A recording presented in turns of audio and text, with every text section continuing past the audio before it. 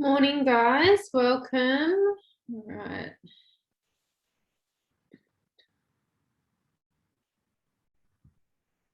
Hi, everyone. Hey. Hope everyone's had a good morning. Ready to get into some anatomy. So this class is actually good. If you've been someone who has sort of struggled with understanding, I guess, the difference between like what's the glenohumeral joint versus what's the shoulder girdle, this is a class for you. Hopefully by the end of this class, the idea is that you're going to be able to walk away and have a really good understanding of, okay, this is the glenohumeral joint, these are the actions, this is the shoulder girdle, what's that, what does that actually mean, what's the shoulder girdle, and what are the actions that occur there. So if you can walk away from today with that, I think that I've met my objectives. So if you can now chuck your camera on, say hi. We can all be here together. Hi, Alex, Dylan. Any return of the blue tack dog today? No? No. I'm going to ask you every week, so you might as well make another one for next week. I guess that can be my weekend project then. Yes. I will be marking all of your assessments based off of the blue tack dog. You don't need to do it. All right. So, hi everyone. Hi. Okay, so today we are, like I said, we're looking at the shoulder girdle, understand the difference between glenohumeral joint and the shoulder girdle. We're going to start off as normal, like we do every week, with a little pre-class quiz. So you can bring up that menti.com website and we can do a little quiz. Now, this quiz, you might find it a bit harder than the ones that we've previously done together. And the reason that is because this quiz, there is like 1 or 2 questions on revision from last week, but mainly this quiz, I've made it in preparation for this week's tutorial. So all about the shoulder complex. So that means that these questions are from structural anatomy, which I understand was quite a while away. So we might not be feeling too fresh on this, but that's okay. Just give it a go. Remember, it's all kept anonymous, so I don't know who said what. So yeah, we'll just try our best. But last week, remember what we did was we did Wolff's Law. So we looked at how bones respond to the stress placed upon them. We looked at a few different sporting examples and spoke about the astronauts as well, how they lose bone density. We looked at bone loading. So remember, compression, pushing something together, tension, pulling apart. There was shear, and there was torsion as well, which was the twisting. We learnt about during which of these loading modes are bones strongest under. I'm not going to say because that could be a question coming up, I have a feeling. And we spoke about some different fractures. So we saw that tibia with that big diagonal fracture, remember, that represented that torsion type contraction. I'm just babbling on now, waiting for people to continue joining this quiz. So yeah, I think that's what we did last week. And then of course the movement analysis. And today, that's what we're going to do as well. We're going to do the shoulder complex and then a movement analysis. All right, so I think that's enough of me just talking in circles. Let's get into this quiz now. Okay. So the first question is revision from last week. Are bones stronger under tensile or shear forces? Which one of those? Now remember, they're strongest under compression, but that's not what you're asked here. Out of tension or compression, which one's stronger? Oh, out of tension or shear, which one's stronger, I should say. And the answer is, it is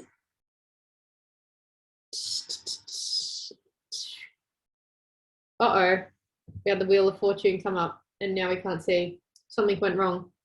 Well, the answer is tension. That was a nice, I was hoping there'd be like a good little drum roll into the answer, but this did not go to plan. We'll see if the next one works. All right. So question number 2. It was, I'll just pretend 100% of you got tension there. What type of joint is the sternoclavicular joint? So we know it's a saddle. I mean, whoops. I was supposed to say we know it's a synovial joint, but you know what? If you watched the lecture from Health and Lifespan Development, what did I just do then? I did a Freudian slip where I said the answer without even thinking about it. So there's the cross connection, between functional and health and lifespan. I like that. It is a saddle. I was supposed to say we know it's a synovial joint, and these are the options of a synovial joint, but it is a saddle. Well done to you guys who got that correct. Good job.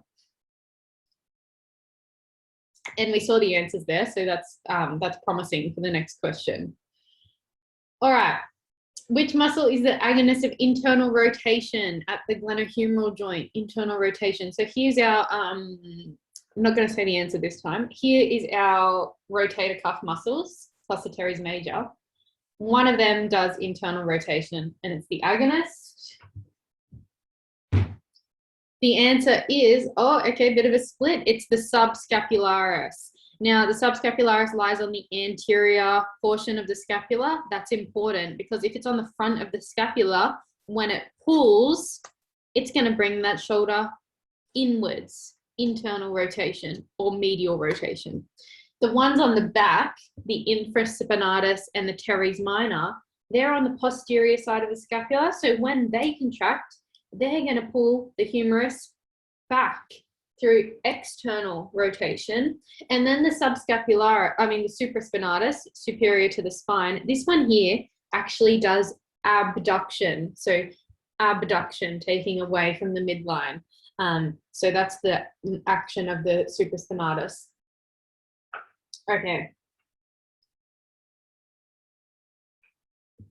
Question number 4. The joint between the scapula and the clavicle. You can write this one in this time. So there's a box for you to write. Have a go. What do we think it's called?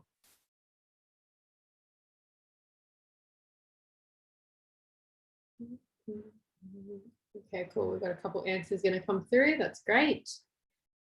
This is a tough question because we need to think back to structural anatomy. And, good. So the answer is the acromioclavicular joint. Now, it's going to mark you wrong if you've spelt it incorrectly, which it appears all of you have, but that's fine. Fast typing, I understand. Typos all the time. You know, I still spell femur wrong every time I write it. I don't know why. It's just something I can't get out of my head. I feel like it is F-E-A-M-U-R, but it is not. I'm just going to keep writing it like that until someone stops me. Good. So a lot of you wrote acromioclavicular, which is fantastic. Now, sternoclavicular, remember, is at the other end of the clavicle where it meets the sternum. So we're interested in the lateral end of the clavicle out here. And remember, it's the point on the scapula that we're interested in, the acromion. That's where the clavicle sits. Acromioclavicular ligament. Not ligament, joint, but there is a ligament there as well.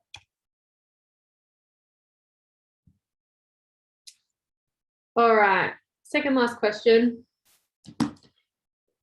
During the down phase of a narrow grip push-up, what action is occurring at the glenohumeral joint? So I've only given you 4 options here. Down phase of a narrow grip push-up. Yeah. Okay, bit of a mixed bag. It is extension. Now, I'll show you. Again, I always say this, but people, it gets confusing when the elbow's involved. So what I want you to do right now is I'm going to do a demonstration. Cut my arm right here. Pretend that this does not exist. Okay, cut this off in your head. This is no longer existing. Now, during the down phase, this right here at the glenohumeral joint is the exact same as me doing this. Right? It's the exact same thing happening. So during the down phase, we have extension, And then in the up phase, as we push ourselves up, it would be flexion. So coming back forwards, extension, flexion. All right, so this question is going to follow on for the next question. So we know that the joint action is extension. What else can we figure out from this question right here? We're told it's the down phase. So perhaps we can already name the contraction type taking place as well. We know the joint action is extension. The contraction type is eccentric. So what is the muscle group?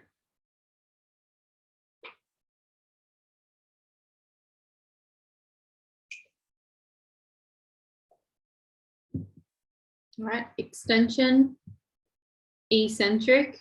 Dylan, you made a mistake.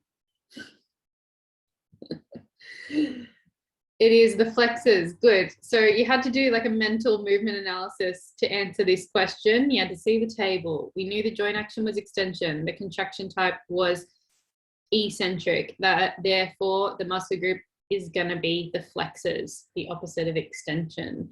So this is a hard question to do, especially when there's that timer counting down. You've only got like 10 seconds.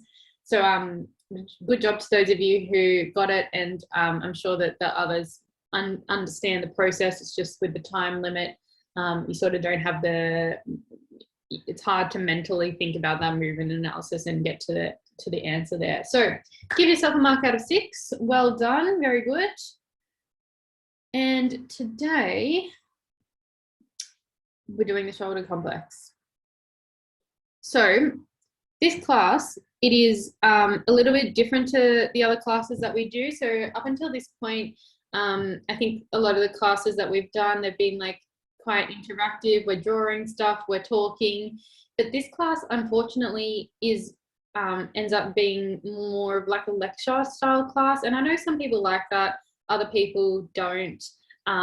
Personally, I don't really. I prefer to have interaction and talking back and forth and figuring things out together. But just with the structure of this lab in particular, it doesn't end up being that way. So what we're going to do now is yesterday, very early in the morning, filmed myself giving the class. So I'm going to play that for you guys now. It's about a 25-minute video, and you can pretty much answer every single question in the lab book from this video.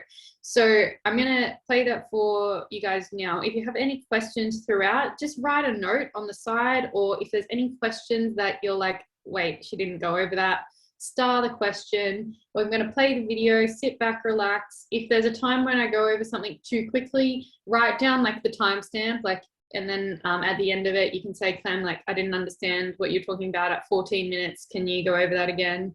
Then I'm happy to do that. So we're going to watch this now. You can fill in the lab books concurrently, or you can just take notes, and then we're going to go through the lab books together anyway to make sure we're all on the same page and we can cover any questions that come up. So I'm happy for you guys. Shut up your cameras, sit back, relax, enjoy the sound of my voice from yesterday. I'm sharing the sound with you, so if you guys can just give me like the thumbs up reaction or something so that I can make sure you all are hearing this sound. I'll play it for you now. All right guys, so today we're talking about the shoulder complex. Now in terms of the shoulder complex, we're going to be looking at some specific bones that includes.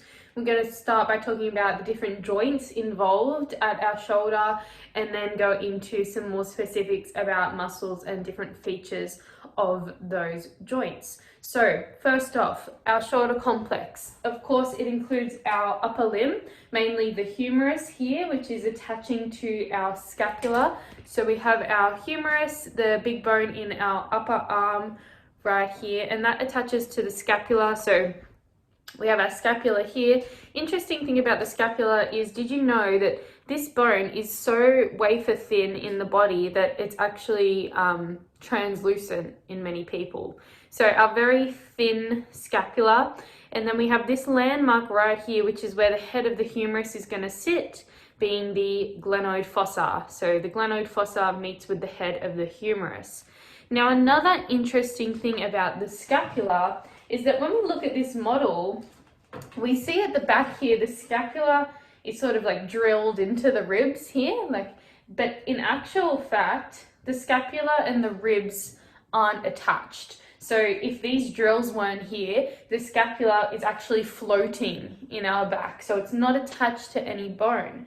The only place where our upper limb is actually attached to our trunk is at the sternoclavicular joint. So the other bone of our shoulder girdle being the clavicle here, and the clavicle attaching to that acromion of the scapula. So remember, the clavicle attaches here, running across and connecting our limb to our trunk right here at the manubrium of the sternum, or the sternoclavicular joint. So 3 key bones we're going to look at today. The humerus is a long bone, the scapula and the clavicle are both flat bones as well. So let's first start off by talking about some joints. So the first joint that we're going to discuss is this sternoclavicular joint. It's the most important one because it joins the limb to the trunk, right? There's no other place where that happens. Now, what that means is that the clavicle and the scapula really move with our upper limb to allow actions of the shoulder girdle and our actions of the glenohumeral joint. And it's something that we take for granted a bit, is that how much range we have at the glenohumeral and shoulder girdle joints. Our shoulder is a really movable joint, but I guess the trade-off between being a very movable or a very or a joint with a lot of range is that it's not a very stable joint. So a lot of shoulder dislocations, a lot of shoulder injuries occur because it's not such a stable joint compared to like the hip, say, where the head of the femur is really contained by that acetabulum. In this case, the shoulder is not stable, but it does have very, very good range. So sternoclavicular joint really allows for these actions of the shoulder girdle. So if you were to put your fingers on your sternoclavicular joints just at the bottom of your throat there, you can feel it elevating and depressing. So you can feel as your clavicle goes up and down, and you can feel as your clavicle moves backwards and forwards during retraction and protraction. There's also a bit of rotation occurring there. And that's because this is a shallow saddle joint. So you'll remember from structural anatomy that the sternoclavicular joint is synovial, saddle or shallow saddle, diarthrotic, multi-axial. So that multi-axial is the key, because most saddle joints are biaxial. But because of how shallow this is, it means it's a multi-axial joint. And there's actually another important feature of this sternoclavicular joint that allows it to move the way it does, and that's a fibrocartilage meniscus. And you can see in your lab books today at the sternoclavicular joint, there's a fibrocartilage meniscus between the sternum and the clavicle. And a meniscus helps to suction in the 2 bones together, so it helps to provide stability to the joint. And it needs the stability because pretty much the whole weight of your arm is relying on this sternoclavicular joint to not pop off. If you're carrying something heavy, of course you've got the muscles also contributing to the stability, but all of that weight, or not all of it, but a lot of that weight is being concentrated on that sternoclavicular joint. And because of that fibrocartilage meniscus, we don't actually often see many clavicle dislocations. A clavicle fracture is much more common than a clavicle dislocation, and potentially some of that is attributed to the fibrocartilage meniscus at the sternoclavicular joint. Now the next joint we should discuss, let's move along from the clavicle and now look at the joint between the clavicle and the scapula that occurs at the acromion of the scapula here. So if I put my scapula up to myself, the clavicle will run across and insert at that acromion. Now this is called the acromioclavicular joint. Oftentimes people get this one confused because they think the joint between the scapula and the clavicle, it's got to be the scapuloclavicular joint, but it's not. It's the exact location of the scapula that we're interested in, which is the acromion. So the acromion and the scapula come together to create the acromioclavicular joint. This is oftentimes called the AC joint, and it's a very common location of injury to many contact sport players. So if you've got any rugby players in the room, you probably have a friend who's done their AC joint, and what ends up happening is, I'm sorry, I don't have a clavicle to show you, that's why I'm using my finger, but what ends up happening is the clavicle just pops off the top of that acromion. So often it looks all normal, but then there'll just be this raised edge here being the clavicle because it's no longer attached to the acromion. And what's really interesting is you can just press down that end of the clavicle like a piano key. So if you know anyone who's got it, ask them if they'll let you play with it, and you can just pop it down and it pops back up like that. It's kind of gross, but also very interesting. So that's our acromioclavicular joint. It's a plane joint, so synovial, plane, diarthrotic, non-axial. Now, the other joint that we're going to talk about, we're going to come back to the glenohumeral, but there's one more thing I want to talk to you about, and it's this, I guess, it's a type of articulation between the scapula and the ribs. Now, the scapula doesn't lie directly on the ribs. It's not bone-to-bone contact. So this is not a normal type of joint. That's why in your lab books, you can see it's called scapulothoracic articulation.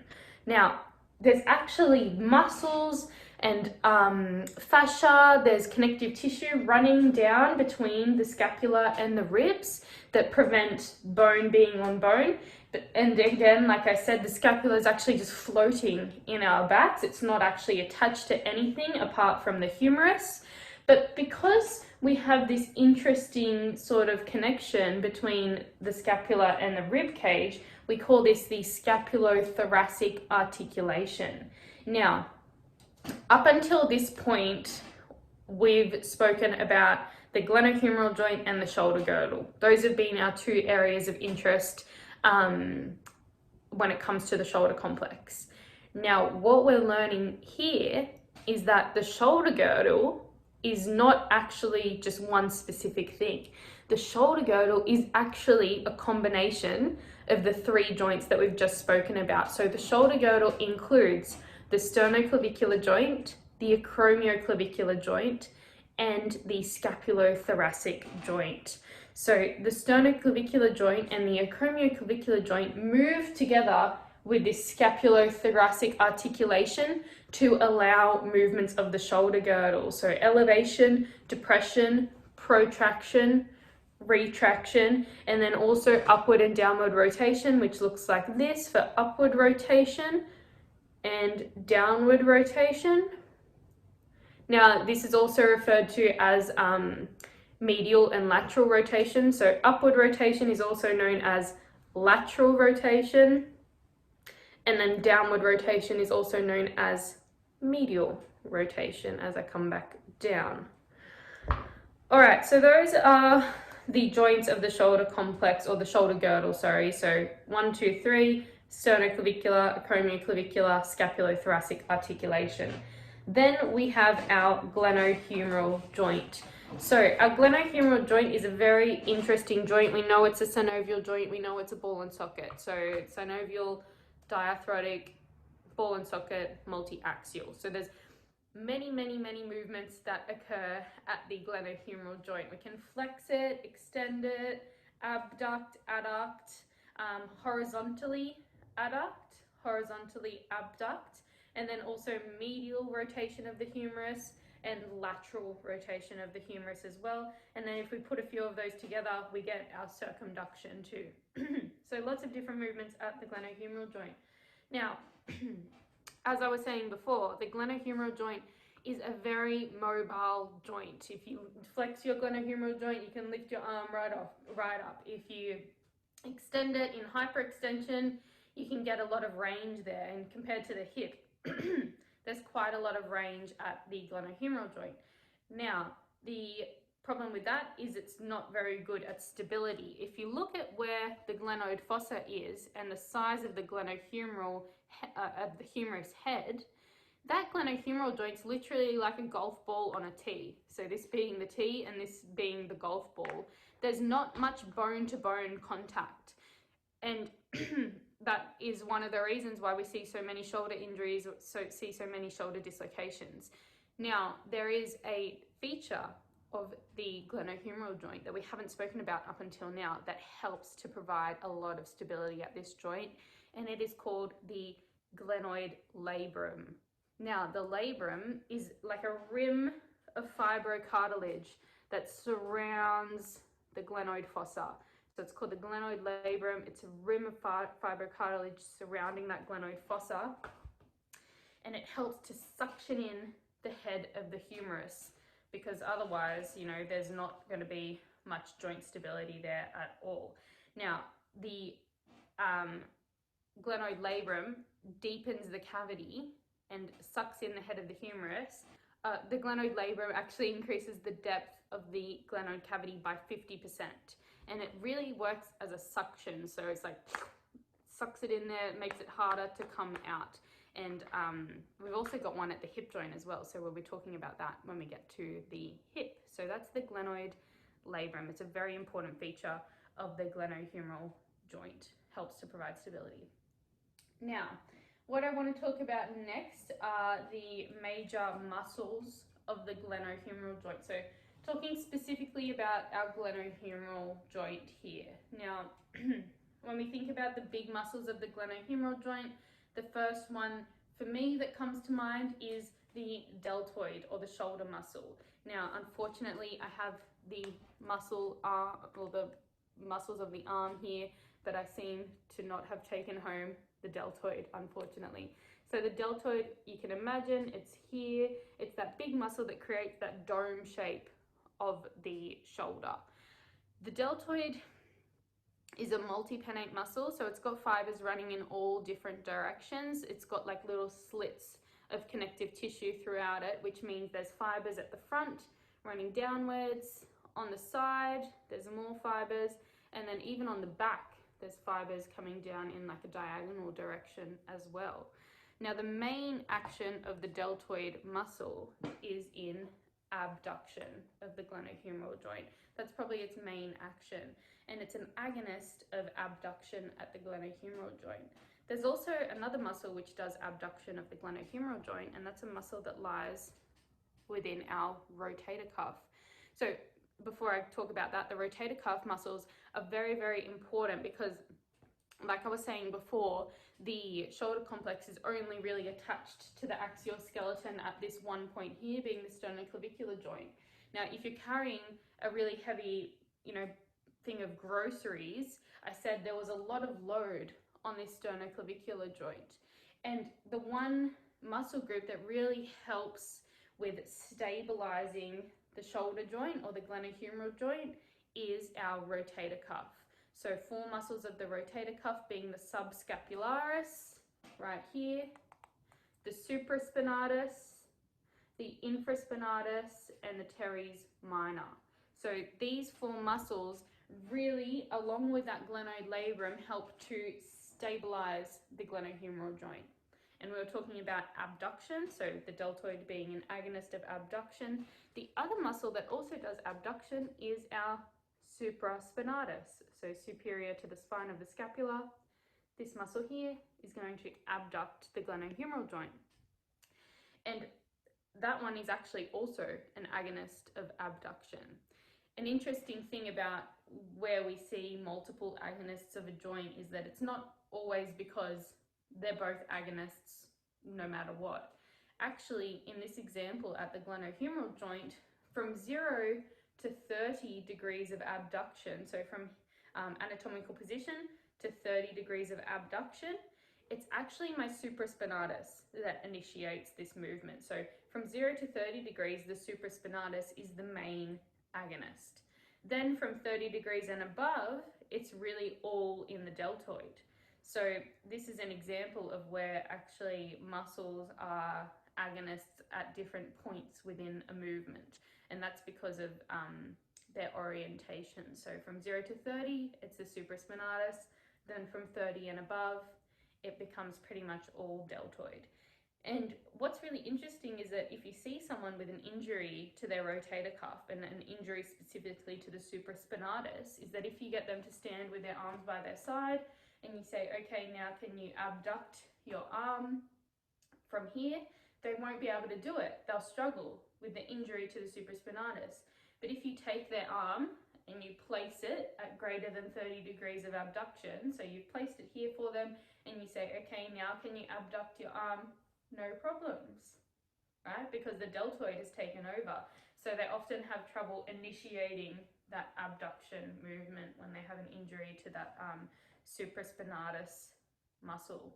So from 0 to 30, supraspinatus is the agonist. From 30 and above, it becomes the deltoid, which is the agonist of that action. Now, then we have the latissimus dorsi. So let's talk about the latissimus dorsi, another big muscle of the glenohumeral joint. It comes from our back here, up through the ribs, and it actually comes under your underarm and inserts onto the front of the humerus.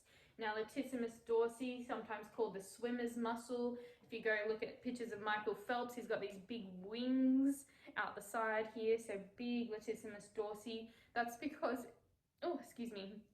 it's a very important muscle for glenohumeral extension. So swimming, you put your arm through the water and you have to extend it back down with the force. That's going to be all latissimus dorsi doing that. It's a major muscle of extension. The deltoid also does it as well, but latissimus dorsi is our big glenohumeral joint extender. Then we have the pectoralis major. So pectoralis major, a big chest muscle. Let's have a look at it here.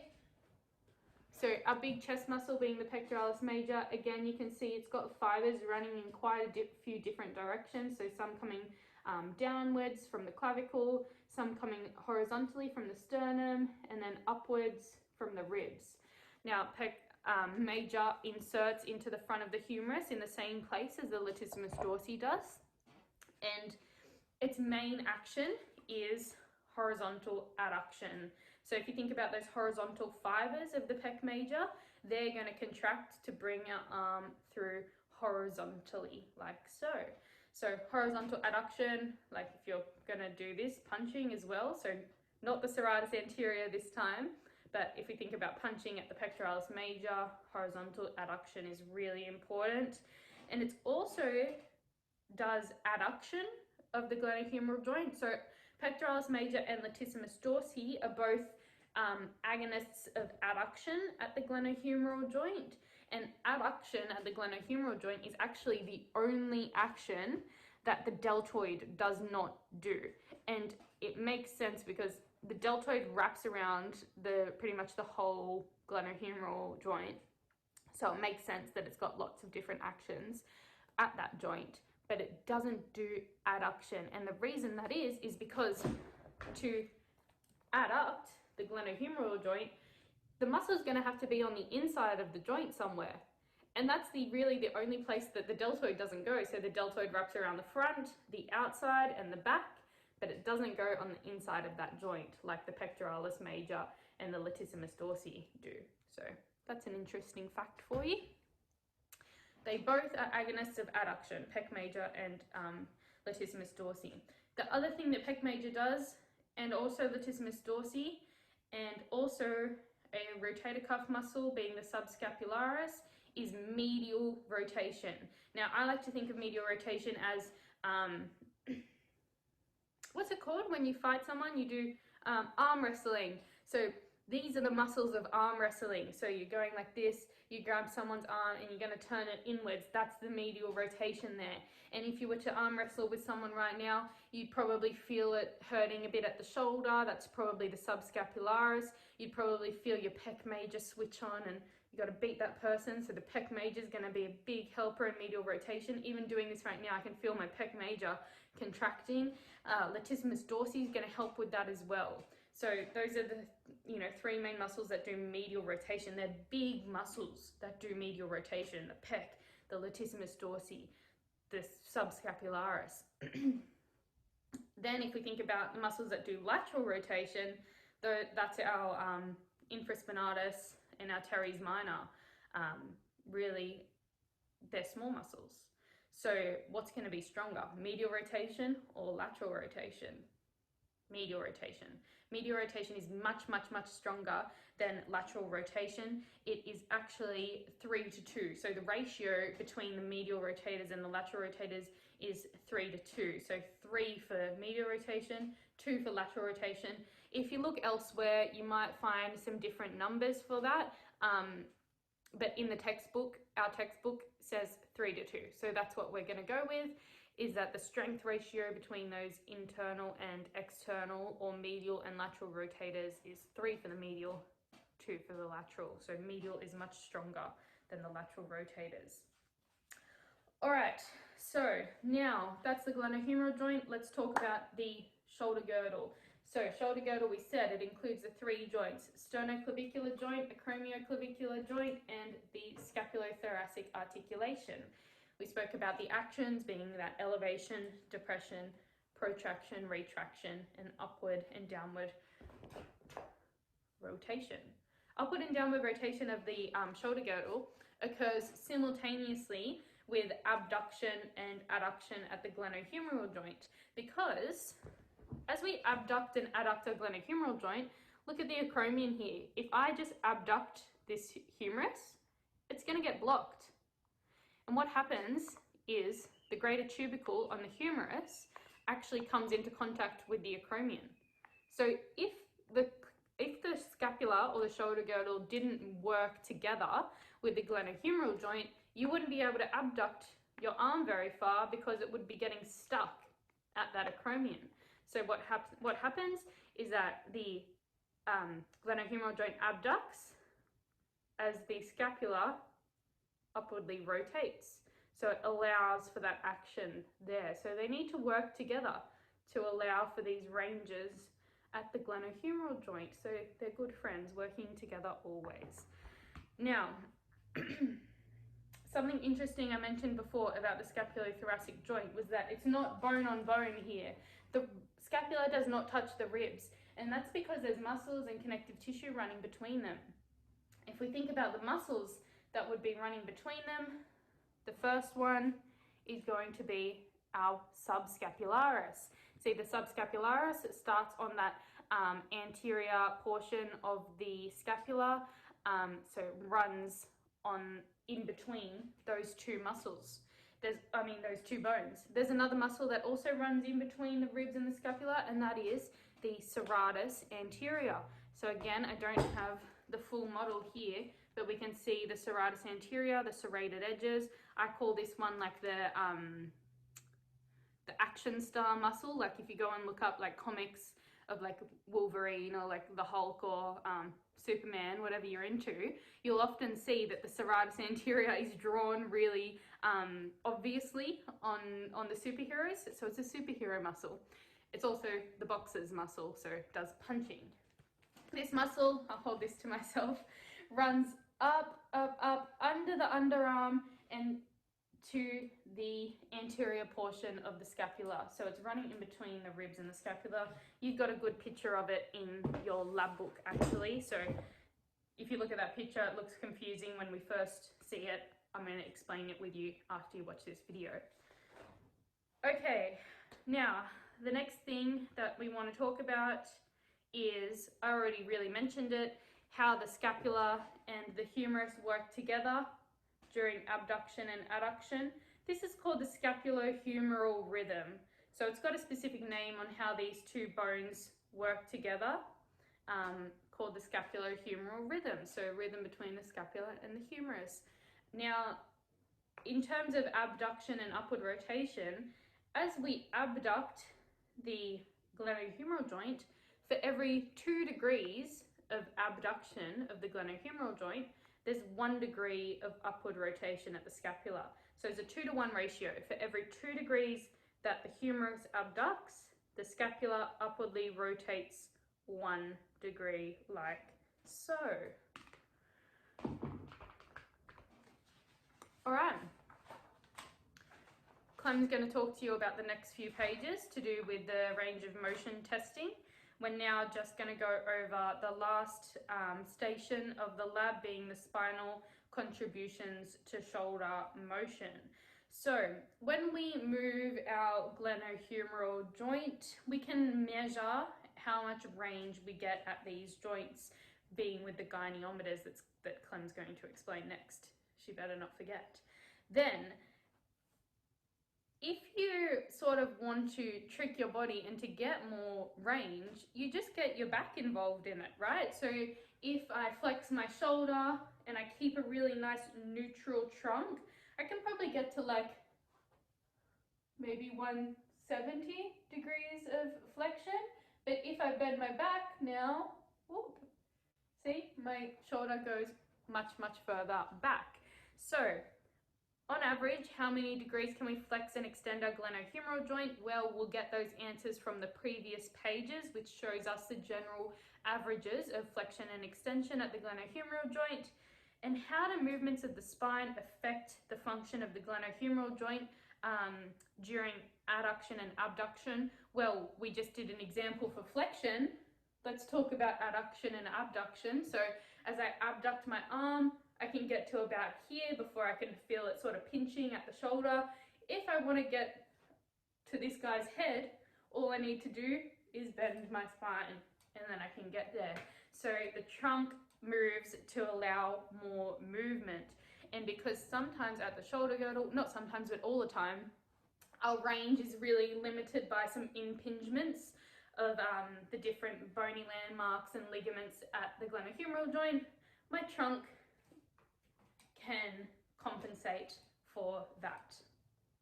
All right, guys, let's get back into it.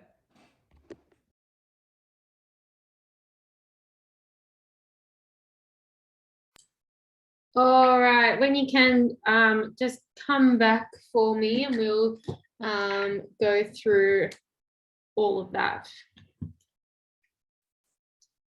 All right, welcome back. So give me like a thumbs up, thumbs down scale of how that went. Have you got your lab book filled out? Do we understand everything? We've got questions. You guys tell me what are you thinking at the moment? I can only see a few of you, so good. Average? Somewhere in the middle? Okay, awesome. We'll go through it anyway, but I think seeing as most of you gave me the thumbs up, we'll move a little bit quicker. So head back to that station 1. If you have any questions as I sort of talk through this, is there anything you flagged, just let me know as we go through. I'm happy to answer any questions. Just pop yourself off mute and interrupt me if you need to. Okay, so significance of the movements at the sternoclavicular and the acromioclavicular joint. Now, like what's significant? That's kind of a weird way to phrase the question. I don't really mind what you've got written there, as long as it's something like, okay, so these two joints together with this scapulothoracic articulation make up the shoulder girdle and allow for the movements of the shoulder girdle being elevation, depression, protraction, retraction, and then of course upward and downward rotation. So something along those lines is fine there. You might also want to write in that question something about the fibrocartilage meniscus on the sternoclavicular joint, which helps with the stability of that joint. Over the page at the glenohumeral joint, so I just mentioned the 6 actions of the shoulder girdle: elevation, depression, protraction, retraction, upward and downward rotation. Now there's 9 actions at the glenohumeral joint. So we definitely have flexion and extension, abduction and adduction, horizontal adduction, horizontal abduction, medial and lateral rotation. That's 8. The 9th one, which is actually a combination of those actions, is circumduction. And you could also put in there your hyperflexion, which is when you come up and past the head, hyperflexion, and also hyperextension, which is when you come down and past the midline of the body, hyperextension. The glenoid labrum, it's the fibrocartilage rim that surrounds the glenoid fossa, deepens the socket for the head of the humerus at the glenohumeral joint by about 50%, improves the stability of the joint, limits dislocation, something like that's good there. We spoke about the agonists of abduction. So from 0 to 30 degrees, it was the supraspinatus, that's the agonist. And then from 30 and above, it's the deltoid.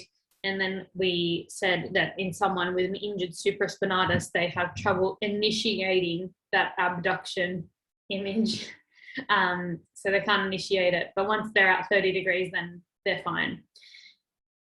For the muscles that internally and externally rotate the glenohumeral joint, I mentioned the big ones, but there were a few that I didn't say in that video.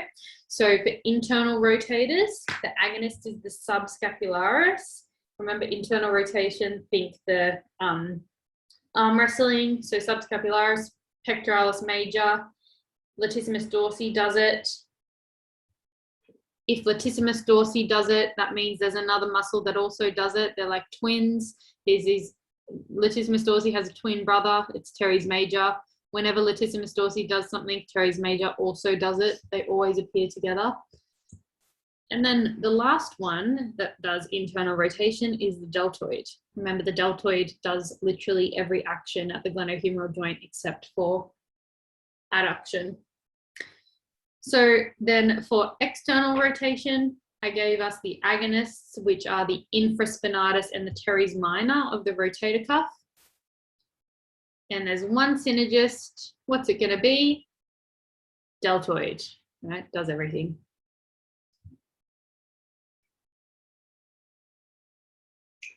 That strength balance ratio was 3 to 2. So 3 for internal rotators, 2 for external rotators. So that's like, I guess, like 60% versus 40% strength. So internal being the stronger there. And then we've got this picture on the bottom of that page. So let me get up this. All right, this picture. Now, when you look at this, it's quite intimidating. I think a lot of people look at it and we gotta orientate ourselves first. So this is a transverse cross section of the shoulder. So it's like I've cut my shoulder, now I'm looking down at it. So if we look at the bones first, try and ignore all of this other stuff going on, just look at the bones. We can tell here that this is our scapula, the wafer thin scapula there. And then we can see here, this will be the glenoid fossa meeting with the humerus right here.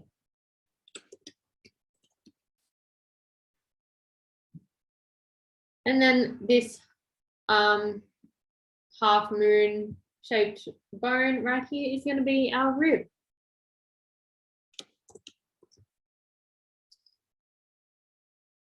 Okay, so now we're looking at this picture. We know what bones we're looking at. We're starting to orientate ourselves. We know that this is going to be posterior. This is the posterior side because the scapula is on your back. This is the anterior side. So which muscle runs anteriorly from the front of the chest to the humerus? It's probably the pectoralis major. Right. Cool. Then we can also see in this picture the two muscles that run between the scapula and the rib at this scapulothoracic articulation. So these are the sort of the answers to the next question as well, and it's got it written there, serratus anterior muscle. So the serratus anterior originates from the ribs, runs up, up, up under the underarm onto the anterior part of the scapula, and it's going to pull that scapula forward. So the action of the serratus anterior is protraction of the shoulder girdle, pulls it forwards, punching, remember, forwards. Then we have the subscapularis muscle here, originating on that subscapular fossa and inserting onto the lesser tubercle of the humerus. So when this muscle contracts, it's going to pull that humerus inwards. Remember, it's always the origin that's stable and the insertion that's moving. So in this case, the insertion being on the humerus. So the humerus is going to get pulled inwards here, causing medial rotation. So there's our subscapularis muscle, medial rotator of the glenohumeral joint. Now you can see these like jelly bubbles here. This is a bursa. It's spelled BURSA. There's two of them here, bursas. They're just like fluid sort of sacs. They're everywhere in the body. There's heaps of them. They're not really anatomically relevant. Sometimes they can cause injury or pinching. There's a bursa in your knee just underneath the kneecap that can often get irritated and cause a bit of pain. So good to know what they are, but not relevant to the course. So let's move on. All right, then we have the pictures of the different actions of the shoulder girdle. So in that picture A with the upwards and downwards arrow, that would be representing this right here. Up, down, that's elevation and depression. Upwards, downwards, upwards, downwards.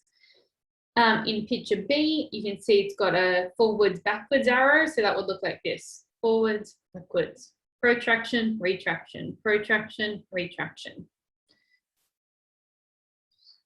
And then in that picture C, we have, of course, our upward and our downward rotation. And this combination of movements between the glenohumeral joint and the shoulder girdle is called the scapulohumeral rhythm. So whenever I have abduction at my glenohumeral joint, the shoulder girdle is upwardly rotating. There's no doubt about it. It has to, otherwise I can't move through abduction. Whenever there's abduction, there's also upward rotation at the shoulder girdle. Same as for adduction. Whenever there's adduction, there's always downwards rotation of the shoulder girdle. They occur always together. An easy way to remember it is to look at the glenoid fossa. So this socket right here, glenoid fossa points up, upward rotation. Glenoid fossa points back down. There's your downwards rotation. All right. Now, the next activity, that's station 4, is assessing range of motion. So normally to do that, we use these goniometer type instruments.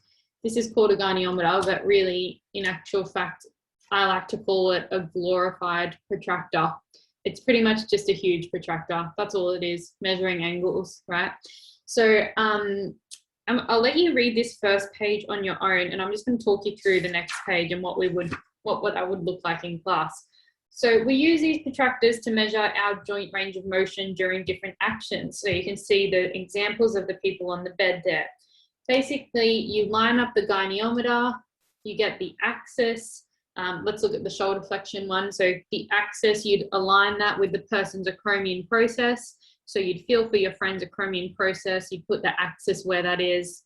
The stationary arm remains parallel to the mid-axillary line. Now, you don't need to know, pretty much that's just in the underarm. So you can see it's in line with like the underarm, and it's gonna sort of point towards that greater trochanter of the femur. So it's basically just lies parallel to the body, basically. And then in the moving arm remains in line with the lateral epicondyle of the humerus. So basically you get your friend to lie down on the massage table, they bring their arm through shoulder flexion, you use the goniometer at the same time to measure how far they can get. And the good thing is that you don't need to know any of that goniometer alignment stuff. It will not be in any exams. You don't need to learn it. All you need to know is the normal range of motions. So highlight those. Shoulder flexion, normal range is 150 to 180. Shoulder hyperextension, normal range is 50 degrees of hyperextension, which is back past the midline. And then the lateral and medial rotation as well, you'll need to know those numbers, but you don't need to know the axis. You don't need to know how to measure it. You'll never be asked to measure it. That's not going to happen this year. It's actually a pretty fun activity when we do it in class. Unfortunately, there's just absolutely no way to adapt this activity for online learning, which is disappointing. But in class, you know, we often see people who are real outliers, which is interesting. I can think of an example with shoulder hyperextension. I had a girl, she a gymnast? I think she was a gymnast, and she hyperextended her shoulder. She literally had like her shoulder like all the way almost back up at like over 90 degrees. So the normal is 50 and hers was up past 90. I think it was like 110 or something like that, crazy. You also see good hyperextension with swimmers generally. Swimmers have really good range in their shoulders normally. And often people who do lie outside of the normal ranges, they ask like, is that normal? Like, what does that mean? I'm really tight here, or my shoulder's super mobile. Like, is that really bad? And the answer is normally no, because what you want from these is you want both sides of your body to be the same. So no matter if you're below the normal range or above the normal range, as long as both sides are similar, then it doesn't really matter where you are. Interesting thing is, well, obviously, if you have an injury already, you're going to see some differences between the sides. But I did a little bit of work at the Roosters a long time ago, and they actually do range of motion testing as part of their like pre-screening for all of the players before every single training match or every single training session or game that they do. So before training every day, they come in and we have to measure their hip extension range of motion. So we measure an angle at the hip. We're going to do this in the hip week, so I won't tell you too much, but we measure an angle in the hip. And no, they don't bring out the goniometer. This is, you're probably never going to see the goniometer, you know, being used in sport or at physios. They've got much more modern tools now. You can actually measure range of motion with a laser now, which is what they had at the Roosters. They use a laser beam to measure the range, which is super cool. So I'll have to find an example of that and show you guys. But basically, they do the right leg and the left leg on all of the players. If the right leg and the left leg were the same, then they go off to training as normal. But if the right leg and the left leg are different, say one's very flexible and the other one's kind of tight, they get sent straight to the physio to make sure everything's okay before they train. Because when you have these real asymmetries in mobility, especially at the hips, when you're going to be doing a lot of running and sprinting, that can be a real risk factor for injury. So yeah, it's an interesting activity. And then the pages on the questions on the next page really relate to that activity that we're asked, what's the normal range of flexion and hyperextension? Well, we saw previously that flexion was 150 to 180 degrees and hyperextension is around 50 degrees.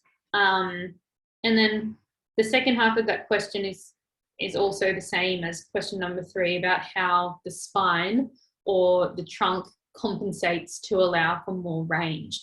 And the reason that we talk about that, and you know why I spoke about it in the video and why there's questions on it, is because normally in class, when people are doing the range of motion testing, you walk around the classroom and you see everyone's cheating. And you know how they cheat? They do the shoulder flexion and then they arch their back a little bit, get a little bit more out of it, right? So we need to make sure that no one's cheating and no one's letting their back move or their pelvis tilt to get a little bit more range than their friend if maybe they're having a competition with it. So that's it. Does anyone have any questions about what we've gone through so far?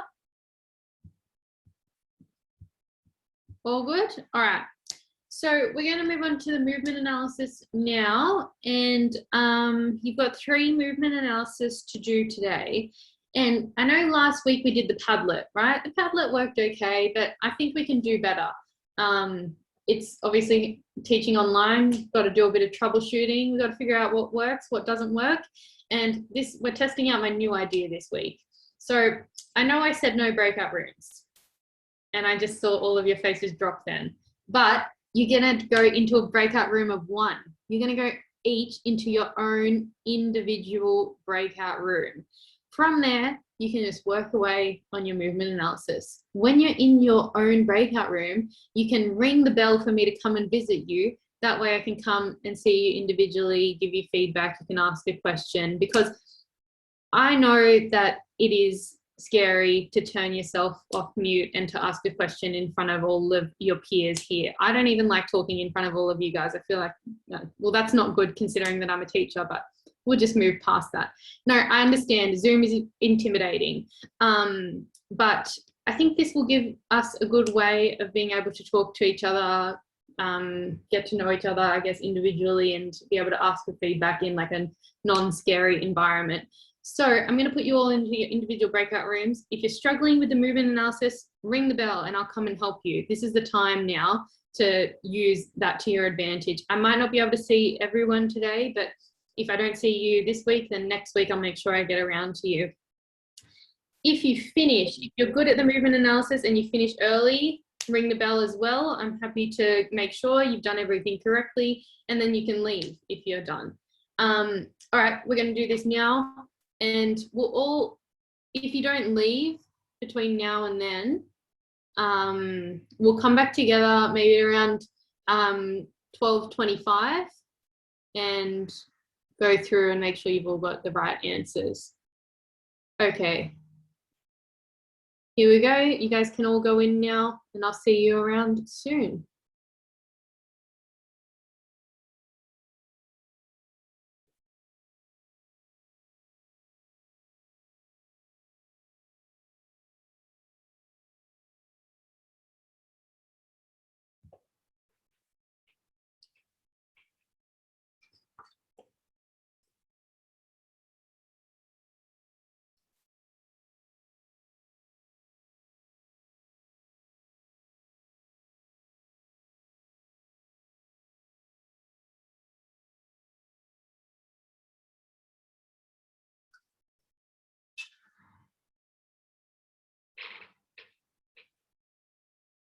Amelia, are you there? Can you hear me? Sorry, my computer just died and then I went back on. Sorry. Did you hear what I said? Do you know where you know that everyone's in a breakout room? Yeah. Okay, I think I can just assign you to one.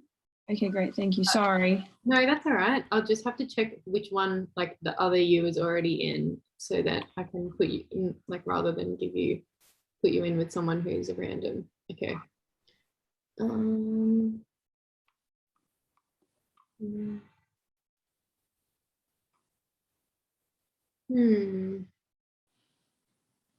create another one. I don't think I can create another room. I don't know how to do it. Do you want to just hang here? I was about to say, if it's too hard, I can just like sit here. Yeah, I'll probably, as soon as someone like calls me, I'll be gone from here anyway. So yeah, just chuck your mute off and chuck yourself off mute and you can sit there. If you have any questions, just yeah, talk to me. Okay, cool. Thank you so much. That's all good.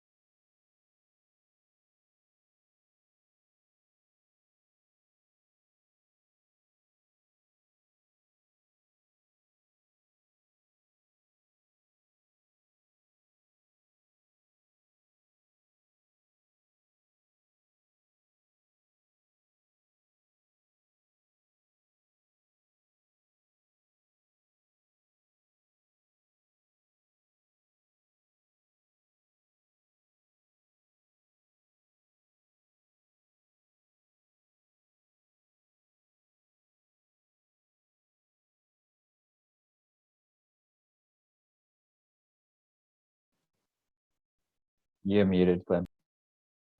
I've done that for every single class that I've had. That's the 6th time I've done that this week. Every time I come back from the breakout rooms, I'm muted. And it always takes one person to tell me. And whoever that person is, I've been writing down their name. I'll be putting a special star next to their name when I'm doing the marking of this subject, because you know what? I appreciate that, Dylan. The rest of you would have just let me babble on without hearing anything. All right, I don't know if everyone's back yet or not, but let's see. Most are. I think I got around to everyone that requested me.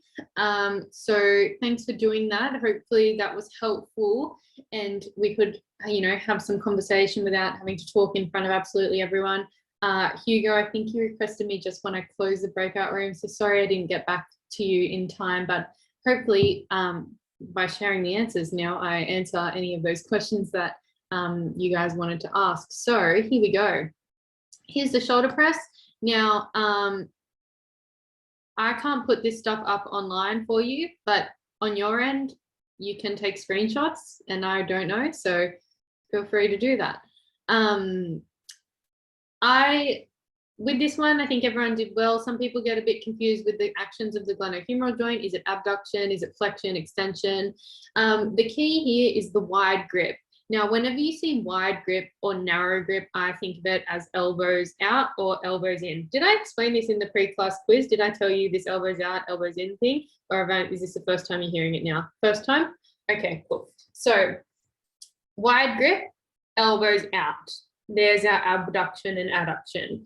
If this said narrow grip, elbows in. Now this becomes flexion and extension. There's the difference there. So when I see wide or narrow, I always think about the elbows, and that should help clarify that. Again, with the muscle groups, because I'm lazy, I don't write out glenohumeral, abductors, elbow extensors. In the exam, you won't get marked wrong if you do it like this. I think it's just best to keep it consistent. Glenohumeral, abductors, elbow extensors, and so on. Here's the dumbbell lateral raise. So remember, here's our coupling between our abduction and upward rotation at the shoulder girdle. Abduction and upward rotation always occur together. They're always happening at the same time. You cannot abduct the glenohumeral joint without upwardly rotating the shoulder girdle. So this is the classic example of our scapulohumeral rhythm in motion. The shoulder girdle upward rotator is the trapezius. And yeah, if anyone has any questions from these, just pop yourself off mute, let me know. Sometimes there'll be cases where someone will write something and that can be marked correctly. It's just not what I have on the answers here. So if you've got something different and you're thinking, wait a second, I thought it was this, well, it could be. You just got to ask and let me know, and I can tell you whether I would have given that the correct mark or not. This is not like the be all and end all of correct answers. There are ways where you can say something different based on your interpretation. Okay, and then here is the dumbbell row. So again, phase 1 being concentric, phase 2 eccentric. We have retraction of the shoulder girdle. Something you might want to write down is whenever you see that word row or like pulling something backwards behind you, think retraction. That can help. People who go to the gym, do a lot of resistance training, tend to have a bit of an advantage when it comes to the movement analysis, just because they're used to the movements. So if that's not you, things like remembering row for pulling back, retraction can help with that. Unfortunately, it's not like you can just start going to the gym right now and looking at all the pictures on the equipment. Otherwise, that's what I would be suggesting. You know how the equipment has got all the pictures and they highlight the muscles? It's a good way to learn this. All right, well, that's it for today. If you have any other questions, feel free to stick around. Otherwise, I'll see you all next week. Thanks for joining me and enjoy your weekend. Thank you. Thanks. Thank you. Thank you. Bye, guys. Thanks. I'll have the blue tack dog ready by next week. I'm holding you to that. He's almost here. I'll kick you out of the Zoom. If you show up without it, I'm going to kick you out of the Zoom. He just needs legs and like some toothpicks for structural But he's integrity. looking good. He's looking good. He's in the embryonic stage. He's getting there. Have a good weekend, Dylan. Sorry, Clem, I just had a question about Absolutely. the dumbbell lateral raise one. Of course. I had upward medial rotation for the shoulder girdle movement, but I put the subscapularis. Is that also an option, or is that different type of movement? So medial rotation, subscapularis, is of the glenohumeral joint. That's why in the video I said upward rotation of the shoulder girdle can also be called medial rotation, and downward can be called, sorry, upward can be called lateral rotation and downward can be called medial rotation. But I actually don't like to call it that, because then it gets confusing and you and sort of you land in a situation like you are right now. So in this lifting phase, the shoulder girdle is upwardly rotating. And if you look at the back in your lab book, you can see those muscle tables. Yeah. And if you look at the shoulder girdle table, it's got upward rotation written on it. And you can see the agonist is the trapezius. But I think where you've gotten into trouble is that if you look at the glenohumeral joint table and you go to medial rotation, it's the subscapularis. Yeah, that's what I was looking at. Okay. Yeah, but All it's good. two different things. That's why I like to call them different names. Okay, thanks. All right, Have a good one. see you later. You too. Amelia, how are you going? Yeah, I was just about to ask a question. In the shoulder press, I got a bit confused with the eccentric and concentric contraction types. I don't know if I was thinking of it wrong, but I was kind of thinking as like abduction, like extending of the muscles, like eccentric, and then I realized it said on the thing concentric. So I don't really know where I went wrong in like the contraction types. Yeah, okay, so you're thinking along the lines of getting longer and getting shorter, are you? Like the arms getting longer. Yeah, okay, so this is a very common thing that people fall into. Now, your way of thinking is not wrong, because that's the definition of concentric and eccentric. A concentric contraction is a muscle shortening and eccentric contraction is a muscle lengthening. But when we're looking at like multi-joint movements, like where the shoulder and the elbow is moving at the same time, it becomes very hard to identify the muscle shortening and lengthening, because whilst the limb can look like it's getting longer, muscles can actually be contracting shorter at the same time. So I want you to think about it, or try thinking about it in a completely different way. I want you to instead think, what's the hard part of the exercise? Is the hard part lifting the weight up or bringing it back down to the shoulder? What do you think? Lifting up? Yeah, the hard part is always concentric. Oh, okay. And then the easy part is always eccentric. Okay. That makes So sense. see if you can try and think like that for a little while and see if that helps a little bit, because what you're doing is not wrong. It's just very confusing to think about lengthening and shortening. I like to think of it like that. And just as a tip, almost never will you have in the same phase a concentric and an eccentric contraction taking place at the same time within the same phase, right? If in the shoulder press, we know that the elbow and the glenohumeral joint are working together to lift it up and to lower it down. Therefore, they're both going to be concentric, lifting up. They're both going to be eccentric, coming back down. Oh, okay. So, okay, that makes sense. Yeah. And then I just had another question.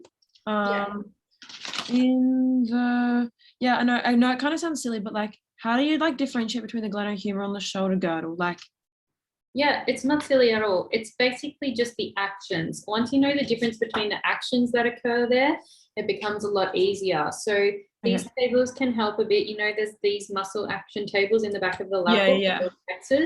So when you look at these, if you find the one actions of the glenohumeral joint, it's got all of the actions there, right?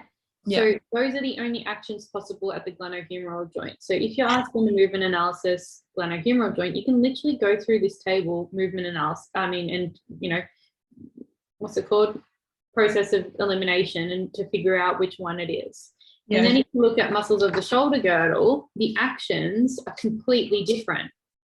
There's no crossover between the actions there. Yeah, okay. Shoulder girdle will always be one of these 6, not including head flexion. Just pretend that one's not there. The actions of the shoulder girdle will always be one of these 6, and of the glenohumeral joint will always be one of these ones. Okay, cool. So refer back to this if you get stuck. It's basically just the difference of the actions. Yeah, okay, cool. Okay, that makes sense. Thank you. Awesome, no worries. Grace, how you going? Sorry, I did realize that I actually had a question. So in the assessments and that, are we going to need to know like insertion and origin and synergist and that, or is it just agonists? Look, it's hard for me to say with complete certainty because this year lots of things are changing, but I can give you my answer based off of last year, and there's a good chance it will be the same. But I've just got to tell you that as the pre-warning that I haven't seen the assessments for this year, so I can only tell you on what I've seen from last year. And no, you don't need to know agonists, you don't need to know synergists, and you don't need to know origins insertions unless they're to answer a particular question. Like when we did levers, you needed to know the insertion of where the insertion of the muscle is to figure out if that's a first, second, or third class lever, right? Right. So there might be some secondary application, but you will not be asked what is the insertion of the rectus femoris. There won't ever be a question like that. That you might need to know what it is to answer something that we've done this year. I mean, this semester. Does that help? Yes, no, thank you very much. That was awesome. That's all right. See you later. Bye. Al, are you there? Yeah.